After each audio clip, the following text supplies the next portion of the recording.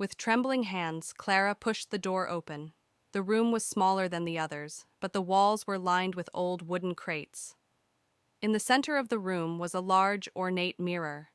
It was covered in dust, but when Clara stepped closer, she saw something strange. Her reflection seemed off. The Clara in the mirror didn't move as she did. Instead, the reflection remained still, staring back with hollow, vacant eyes. Suddenly, the door behind her slammed shut, trapping her inside. The air grew colder still, and the whispers she had heard earlier grew louder. They were no longer whispers, but voices, low, mournful, and begging for release. Clara's heart pounded as she turned back to the mirror, her reflection now grinning wickedly, its eyes filled with malice.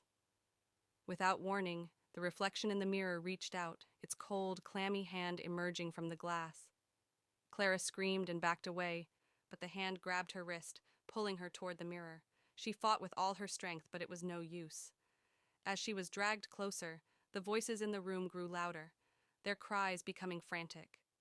In one final, desperate attempt, Clara managed to break free, stumbling backward and crashing into one of the crates. The mirror shattered, the glass falling to the floor in 1,000 pieces.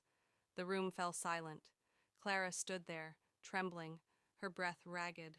She didn't know how, but she had escaped whatever force had inhabited that mirror. But as she turned to leave, her reflection remained, frozen in the shards of glass that still littered the floor, watching her, grinning.